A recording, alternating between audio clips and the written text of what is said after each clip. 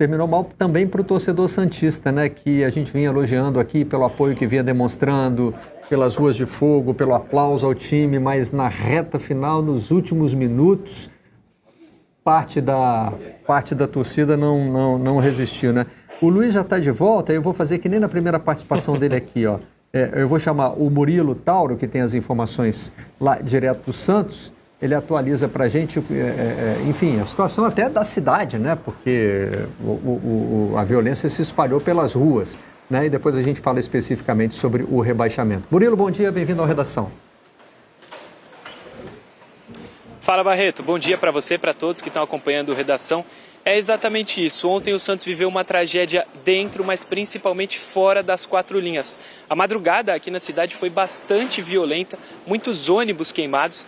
A gente viu ambulância queimada aqui no Canal 2, na cidade de Santos. Carros particulares que estavam nos arredores da vila ontem à noite, vários completamente queimados, destruídos, inclusive o do atacante Mendonça, estava próximo ao vestiário do Santos. O carro dele foi completamente incendiado. Hoje, pela manhã, a gente viu logo cedo aqui na Vila Belmiro o pessoal da limpeza do Santos tentando tirar a imensa quantidade de pedras das ruas, um verdadeiro cenário de guerra por aqui. Ainda pela manhã cedinho, passando pelo Canal 1 e pelo Canal 2, que é a região onde fica a Vila Belmiro, a gente via técnicos tentando restabelecer sinais de telefonia, sinais de transmissão.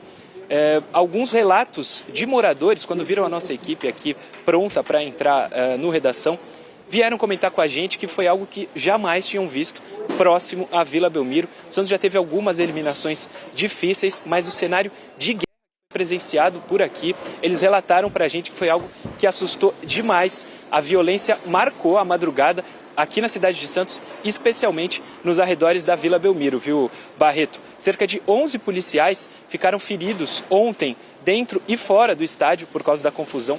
Mais de uma dezena de torcedores foram atendidos nos postos de saúde que ficam dentro do estádio da Vila Belmiro.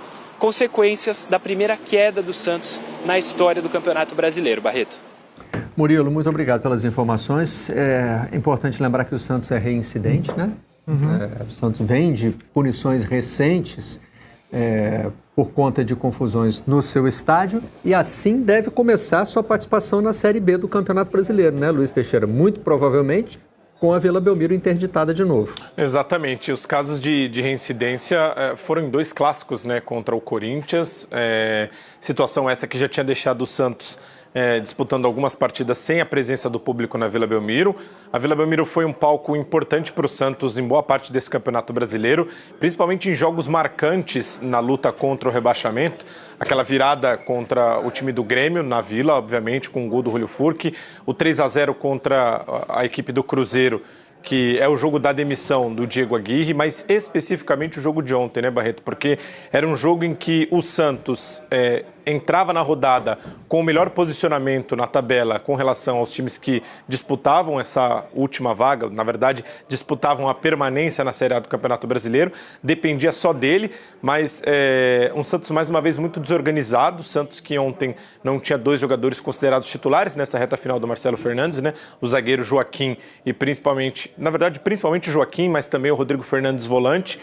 Um Santos bastante modificado, com o Gabriel Inocêncio tendo oportunidade do lado direito ontem, o Lucas Braga jogando do lado esquerdo, eram 3 zagueiros. Na vaga do Joaquim, o Basso entrou para jogar ao lado do Dodô e do Messias, que acabou fazendo mais um gol que ajudava o Santos naquela reta final de Campeonato Brasileiro, mas como foi contra o Botafogo de cabeça também. Mas era um time que pecava muito na criatividade, foram 2 atacantes centroavantes ontem, né? Julio Furque e Marcos Leonardo, os 2 revezando na posição central, com o Soteldo sendo o único homem de criação. Depois o Marcelo Fernandes tenta aumentar a criatividade do time colocando o Nonato e depois o Lucas Lima, mas não funcionou. Era um time muito pobre de ideias, coletivamente não funcionava contra um Fortaleza que se aproveitava muito das ligações diretas, mas principalmente dos contra-ataques, né? Foi assim no gol do Marinho, deu pra gente perceber, e aproveitando os espaços no gol do Lucero, quando o João Paulo já se arriscava ao ataque para tentar o tudo ou nada naquela reta final de partida, que já estava sacramentando o rebaixamento do Santos por conta das vitórias do Bahia e também do Vasco da Gama, mas foi a partida de ontem foi praticamente um resumo de tudo que aconteceu esse ano no Santos, né? Desfalques, desorganização coletiva, um técnico diferente que não começou a temporada, a torcida apoiando durante boa parte do jogo, e foi assim durante o Campeonato Brasileiro, mas tendo os incidentes no fim do jogo. O clima que se tinha na Vila Belmiro antes mesmo da partida já era um clima de bastante esperança, né? Alguns torcedores com algumas ideias para tentar apostar até no misticismo para buscar essa vitória e a permanência na Série A, mas já alguns torcedores já se movimentavam em caso de permanência que haveriam protestos da mesma forma, até porque o Santos tem eleições marcadas agora para o final de semana, no dia 9, e um dos ex-presidentes está concorrendo e é o favorito, que é o Marcelo Teixeira, mas eu estou com a lista aqui dos outros candidatos também.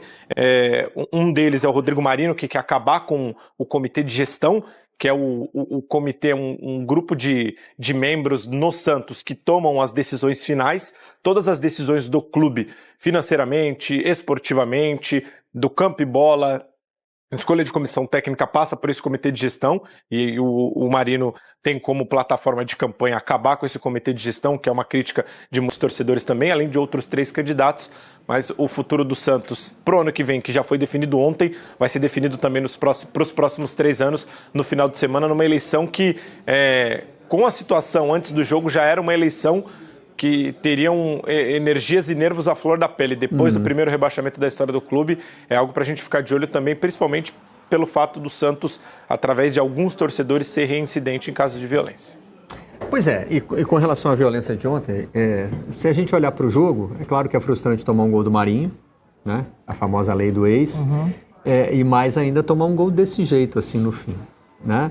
Mas a explosão de violência ontem foi motivada por absolutamente nada. Foi apenas falta desportiva mesmo, né? Perdemos, fomos rebaixados, e aí vamos... A decepção que vira raiva, que vira vamos promover a violência. Exatamente. Eu digo assim, a violência nunca é justificada, mas às vezes ela tem uma fagulha, né?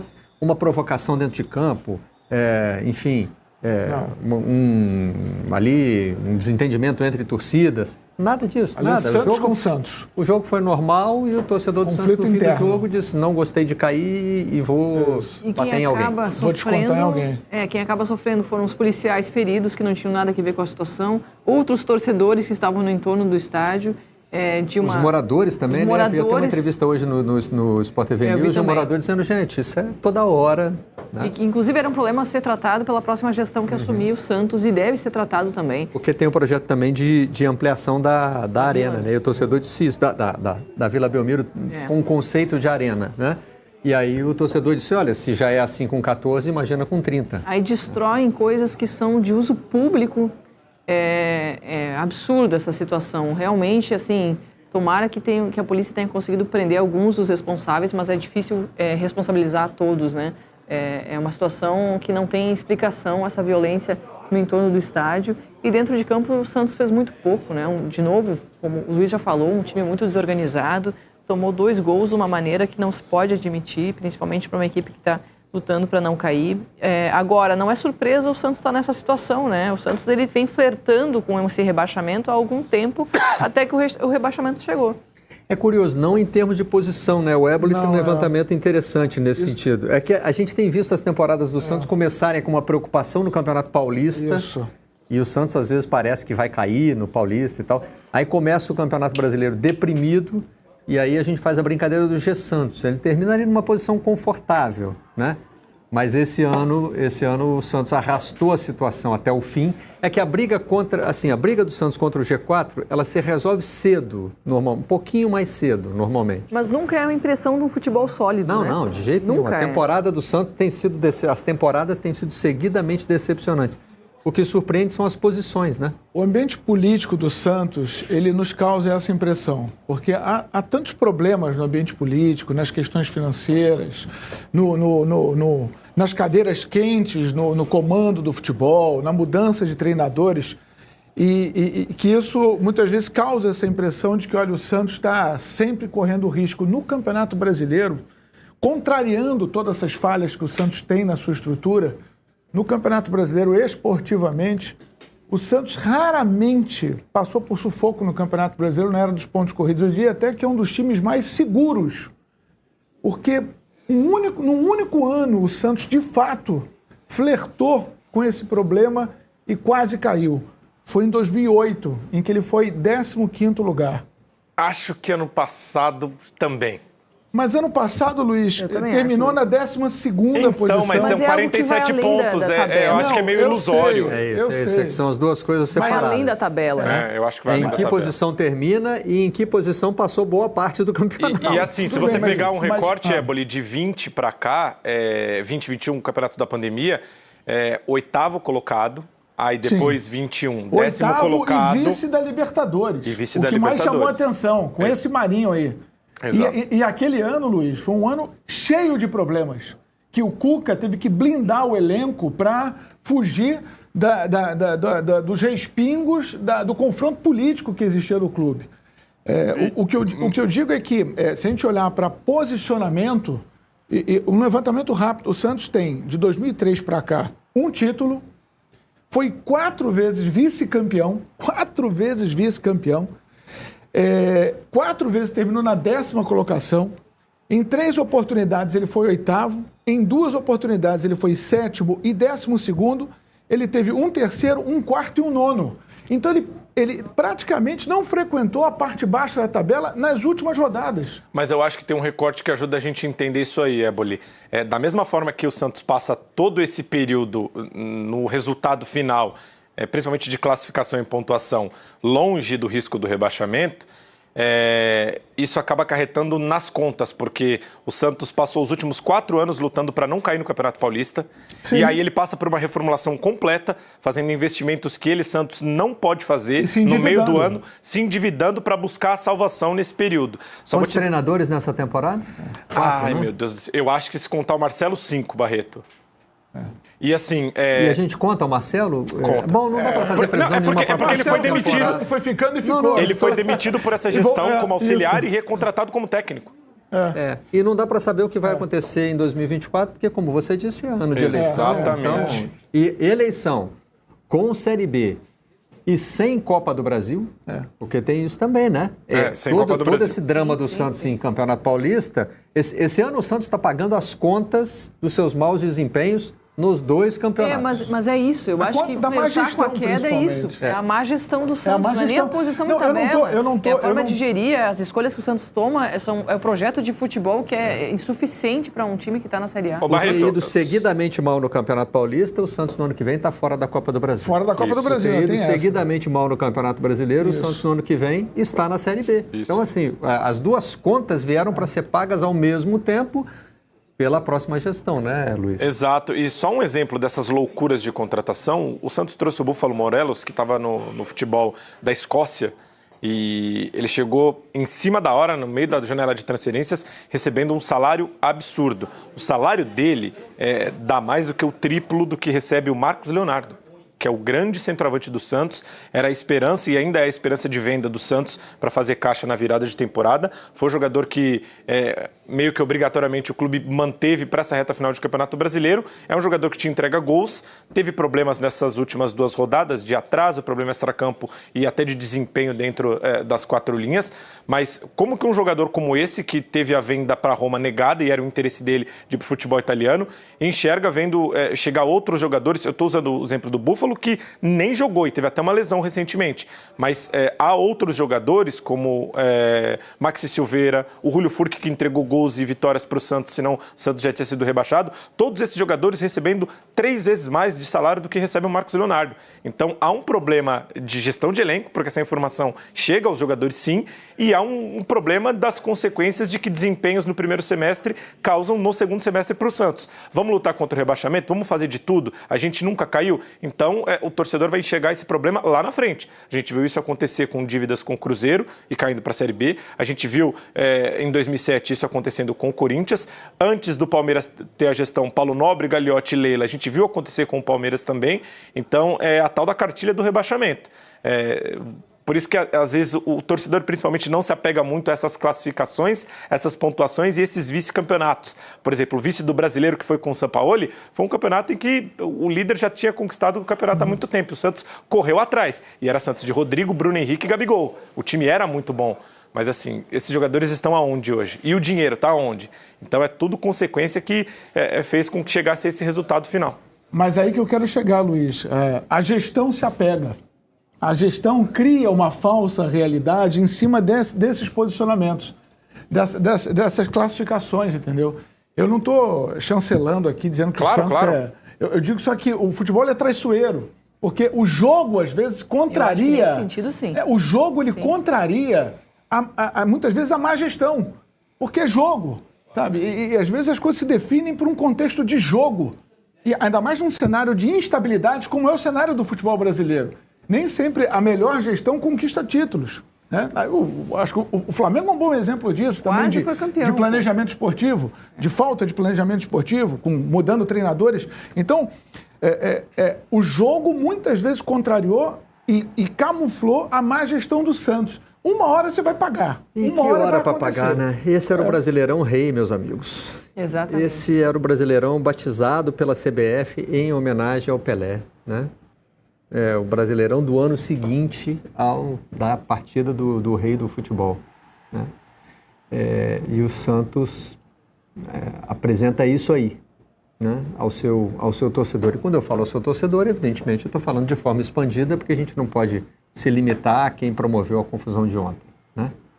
E nesse momento, nessa linha do que o Éboli estava falando, a gente tem que... Acho que o Santos precisa fazer essa avaliação fria em cima do desempenho, porque muitas vezes o jogo e até essa luta contra o rebaixamento é romantizada. Olha como o time está bravo em campo, lutando. Principalmente com a base, né, GSK? Vai surgir um garoto daqui a pouco que vai salvar a gente.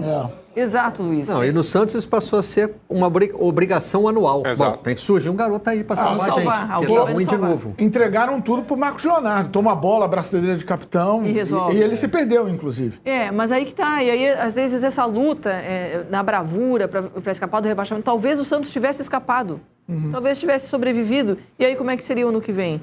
Mas para ver a força do Santos. Na verdade, é vergonhoso ver o Santos, da maneira que foi esse ano, sofrer tanto assim. E envergonhar o torcedor com jogos horríveis que o Santos fez, um time bagunçado, um time insuficiente, com diversas lacunas no seu elenco, de um time que não sabe para onde caminha, sem identidade de jogo, mesmo passando por diversos treinadores. Então tem um erro muito grande, sim, no planejamento desse grupo que o Santos escolheu durante essa temporada. Mas talvez aquela luta para não cair, aquele romantismo, se o Santos não tivesse caído, ia afastar essa avaliação mais fria do que deve ter sido feito. Estamos de volta com mais uma análise profunda sobre os acontecimentos no mundo do futebol. Hoje, vamos falar sobre o Santos Futebol Clube, que, pela primeira vez em sua centenária história, enfrentará a Série B do Brasileirão em 2024. Como essa mudança impactará o clube não apenas em campo, mas também financeiramente. O Santos se encontra em uma situação única ao encarar a Série B, limitando seu calendário a apenas o Campeonato Paulista e a Segunda Divisão do Brasileirão em 2024. A ausência em competições como a Copa do Brasil e torneios internacionais representa não apenas uma transição esportiva, mas também financeira para o clube. Com 50 jogos garantidos, sendo 12 do estadual e 38 da Série B, o Santos enfrentará uma temporada menos intensa em comparação com anos anteriores. A redução no número de partidas também implica em desafios financeiros, já que o clube abrirá mão da premiação destinada ao 16º colocado da Série A, estimada em 16,2 milhões de reais. E agora, torcedores santistas, como enxergam esse novo cenário? Deixem suas opiniões nos comentários, compartilhando suas expectativas para a temporada na Série B e como veem os desafios financeiros que o clube enfrentará. Não se esqueçam de deixar o like se gostaram da análise e se inscrever no canal para mais conteúdo esportivo. Até a próxima análise.